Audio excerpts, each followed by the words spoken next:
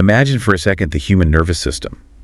You have this incredibly complex, intricate network of pathways that are just constantly firing off signals. Right, regulating everything behind the scenes. Exactly. It regulates your heartbeat, keeps your lungs expanding, and ensures every muscle functions exactly as it should. And it is entirely invisible to you when it's working perfectly. Until it doesn't. Right. Because if you've ever had the misfortune of getting just one pinched sciatic nerve in your lower back, well, you know exactly what happens. Oh, yeah, absolute agony. Suddenly your leg goes entirely numb or your foot drags. A localized, invisible pinch throws the entire biomechanical system into absolute chaos. And the global economy operates on an identical principle. It really does. There's this massive central nervous system keeping the modern world alive. And right now, the world's superpowers are terrified of a pinched nerve. They're terrified because they know how fragile it is. Yeah. So welcome to this deep dive into a really fascinating geopolitical script from the Strategic Vanguard. Today, our mission is to understand why nations are absolutely obsessed with the Indian Ocean.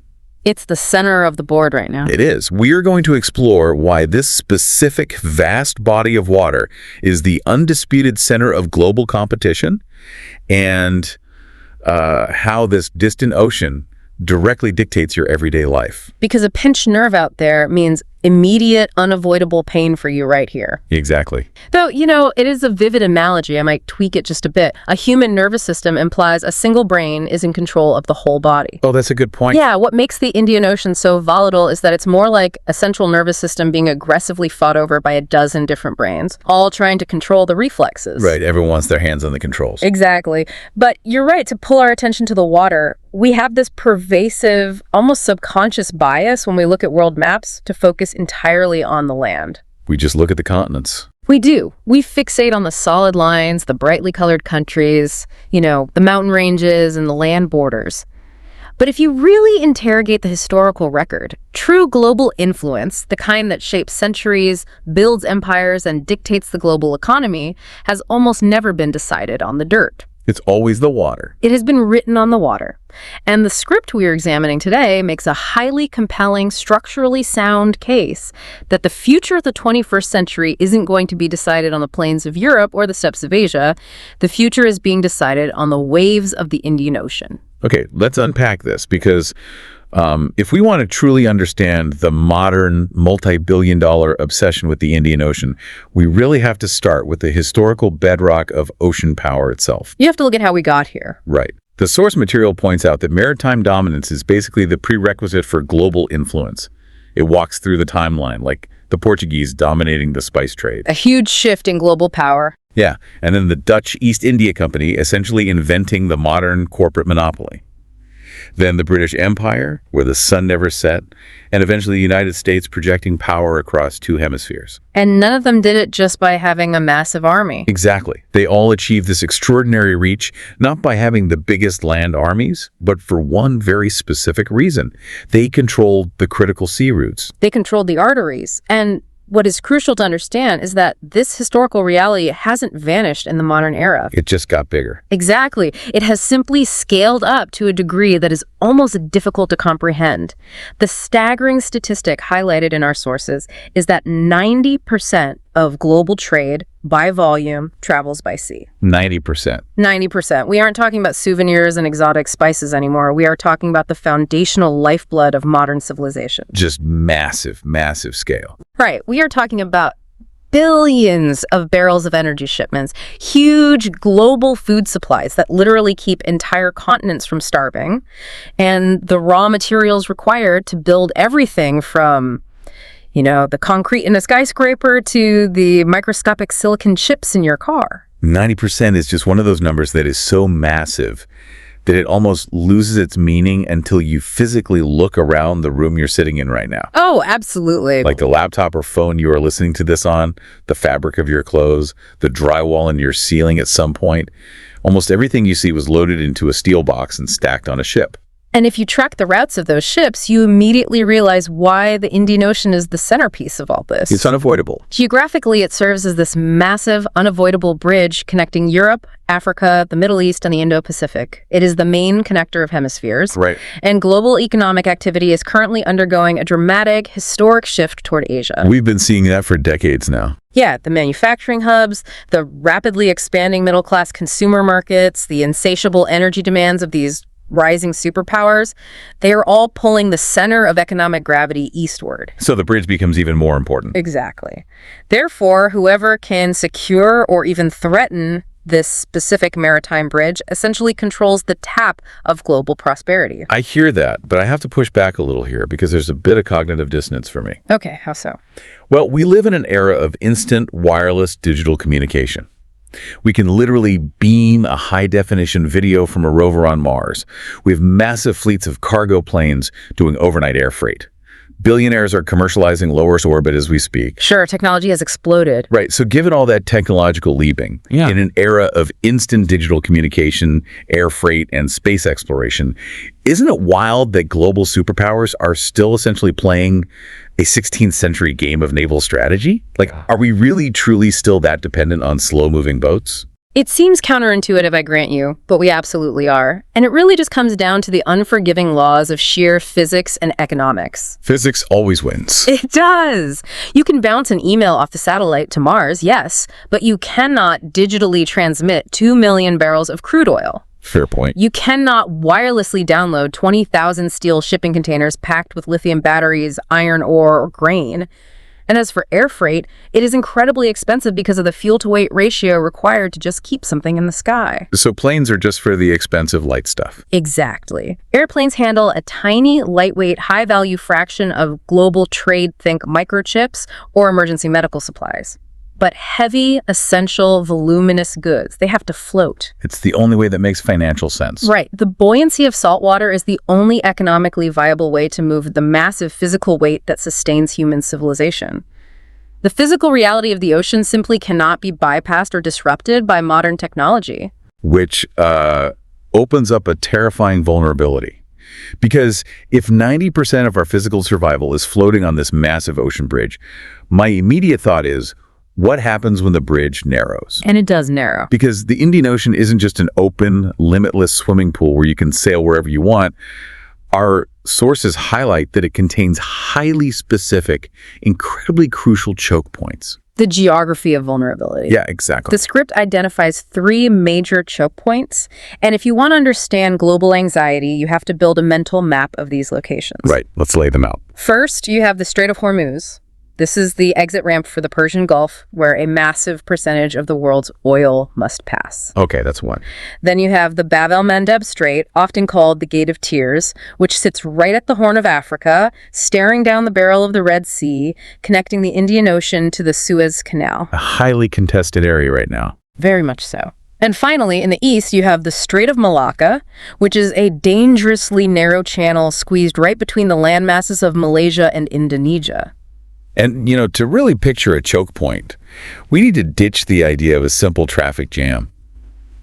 I used to think of it like a 10-lane highway suddenly dropping down to a dirt road, but that doesn't really capture the physical mechanics of a ship. No, it doesn't do it justice. It's more like a massive, rigid funnel. You have these colossal container ships. Some of them are literally the size of the Empire State Building laid on its side.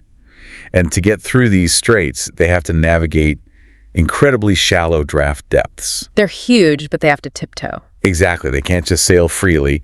They are constrained by the physical depth of the water beneath them. They have to slow to a crawl. They cannot easily turn around. And they are forced to sail predictably close to the coastline, which makes them massive, slow-moving sitting ducks for piracy or coastal missiles. That funnel analogy is entirely accurate. They are geographically trapped. And what's fascinating here is how quickly a disruption at any of these specific funnels triggers a massive global domino effect. So what does this all mean for you and me when we go to the gas pump or try to order a new smartphone? Like, how does a funnel halfway across the world impact the listener's wallet? It happens through the mechanism of risk and insurance. Insurance, really? Yeah, let's say there is a localized conflict or even just a credible threat of violence near the Bab el-Mandeb Strait. Immediately, the physical risk to commercial shipping goes up. Because no one wants their ship attacked. Right. Now, a shipping company doesn't just sail a $200 million vessel blindly into danger.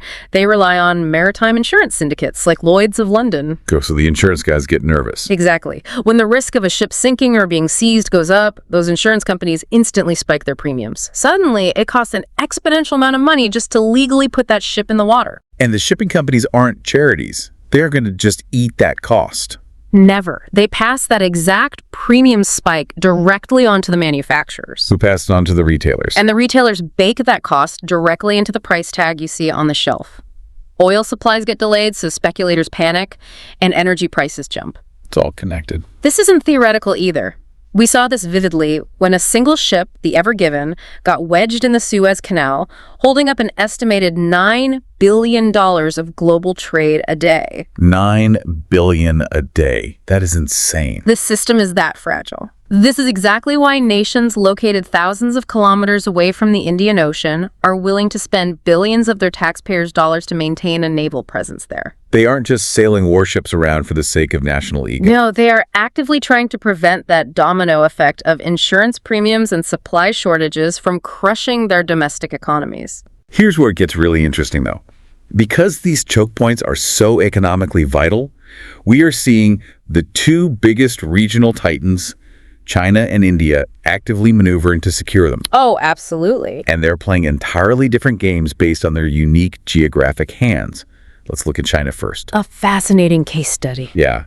Their unprecedented economic boom over the last few decades has completely hooked them on these sea lines. They desperately need raw energy coming in from the Middle East, and they need their manufactured goods flowing out to the rest of the world. They're heavily dependent. Right.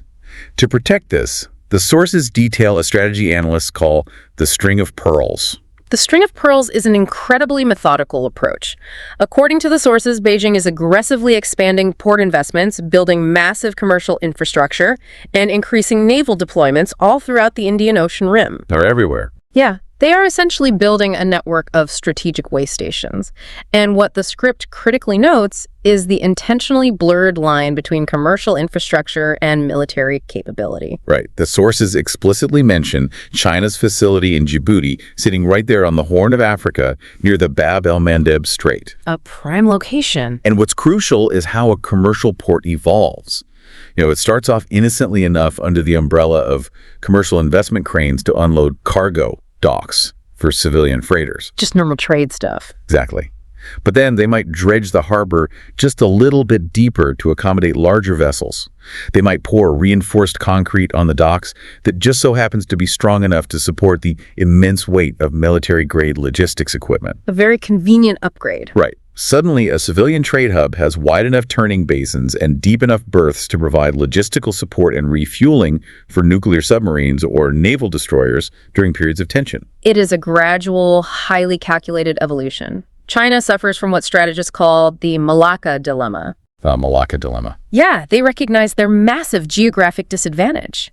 Their mainland is thousands of miles away from the Indian Ocean, and their economic lifeblood is forced to route through that narrow Strait of Malacca funnel. So they're terrified of it getting blocked. Exactly. If an adversary were to blockade that single strait, China's economy would suffocate. Therefore, the string of pearls is an artificial infrastructure-based solution to solve a very real geographic anxiety. And then you contrast that with India, which possesses a profound, almost unfair natural geographic advantage. They really hit the geographic jackpot. They did. The sources point out that India doesn't need to painstakingly figure out how to project power into the Indian Ocean. Its very landmass is already doing it. It's built right in. Yeah. If you picture the map, the Indian Peninsula, the Deccan Plateau, thrusts 1,000 miles deep into the water, acting like a giant, immovable watchtower dividing the Arabian Sea and the Bay of Bengal. And it doesn't stop there. Right. Further east, they have the Andaman and Nicobar Islands. Those islands are perhaps the most vital piece of real estate in the region. They stretch out vertically like a physical tripwire, sitting incredibly close to the western entrance of the Strait of Malacca. It's at a perfect location. It is the ultimate natural fortress. India is positioned by mere geological luck to monitor and potentially control almost all east-west maritime traffic. And they aren't just sitting on this geographic lottery ticket, are they? Not at all. The script outlines India's active measures. They are significantly expanding their naval fleet, massively upgrading their maritime domain awareness radars, and aggressively pushing diplomatic efforts. Like the SAGAR initiative. Exactly, which stands for Security and Growth for All in the Region. They are trying to solidify their role as the premier, undisputed security provider in those waters. But wait, let me present a direct challenge to that premise. Sure, go for it. If China is painstakingly building this massive artificial network of ports, but India already possesses the ultimate geographic high ground by sheer virtue of where its borders happen to be, does natural geography always beat man-made infrastructure in the end? Like, can China outbuild India's map? That is the central friction of this rivalry. Natural geography is an incredible, irreplaceable asset, yes. But an asset is functionally worthless if you lack the operational tools to utilize it. So just having the islands isn't enough. Right. India's natural fortress must be supported by capability. Having an unsinkable aircraft carrier like the Andaman and Nicobar Islands only matters if you actually possess the political will and the budget to build the airstrips, deploy the fighter jets, and man the radar stations on those islands. It takes actual work. It requires relentless long-term strategic planning. So to answer your question, infrastructure, even man-made artificial infrastructure thousands of miles from home, can absolutely overcome natural geography if the financial investment and strategic execution are superior. Wow, okay. Yeah, India cannot afford to be complacent just because they have a good map. Which means this competition isn't stabilizing anytime soon.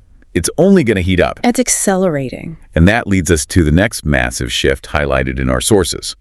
We've focused heavily on China and India, but the rest of the world has finally woken up to the stakes. It's getting crowded. It is. The Indian Ocean is no longer just a localized two-player game. The game board has expanded dramatically.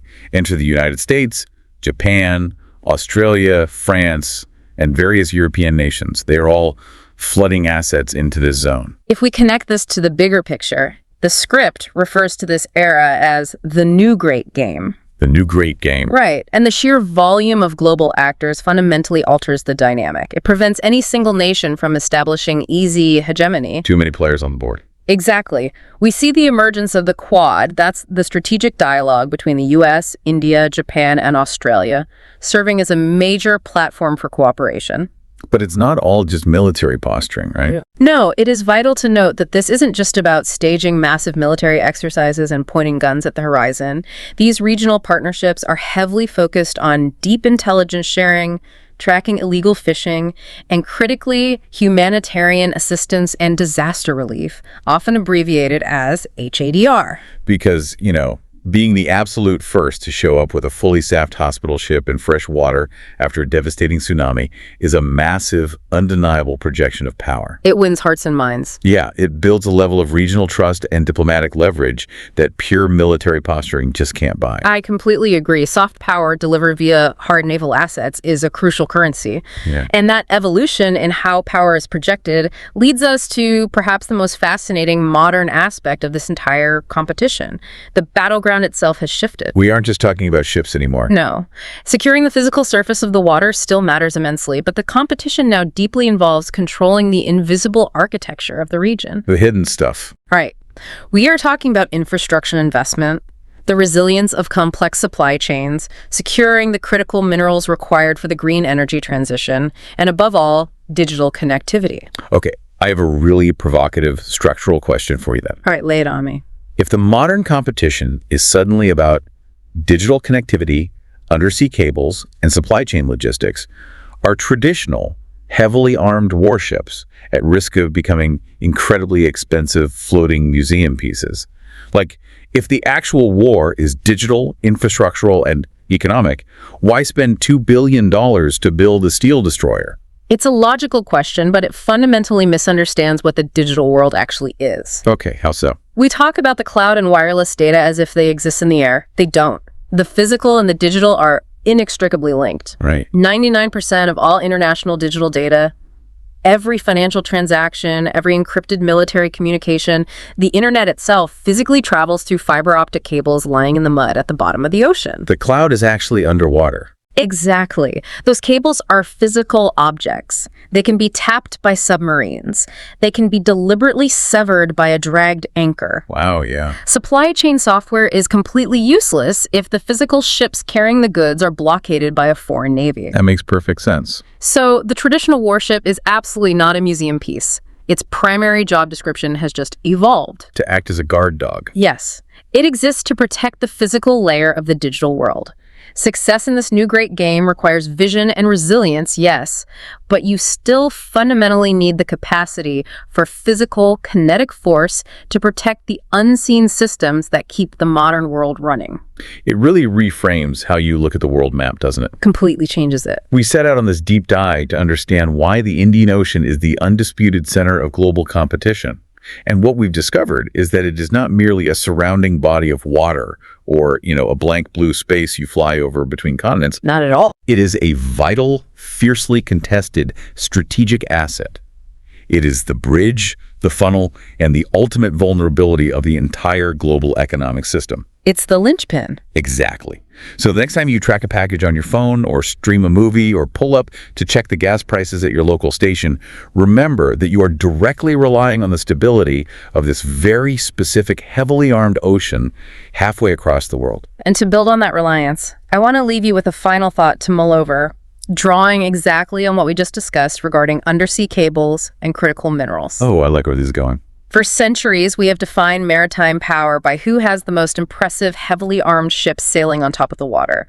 But if the ultimate prizes of this new great game, the data cables that carry the internet and the critical minerals needed for future tech, are literally sitting at the bottom of the sea, will the future of global dominance belong not to the nation that rules the surface waves, but to the one that can master the dark, unmapped abyss of the ocean floor?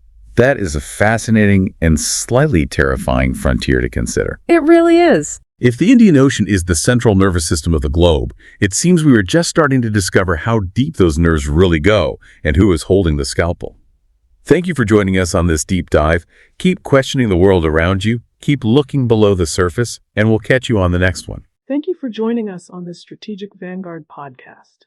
If you found value in this analysis, don't forget to like, share, and subscribe to our channel. We bring you fresh podcasts every Monday here on YouTube and Rumble, and you can also catch the audio versions on Spotify and Amazon Music. Just search for Strategic Vanguard Podcast. For more insights, articles, and discussions, subscribe to our blog at strategicvanguard.com. Your support helps us grow and bring you more in-depth analysis on defense, geopolitics, and strategy. Until next time, stay informed, stay strategic.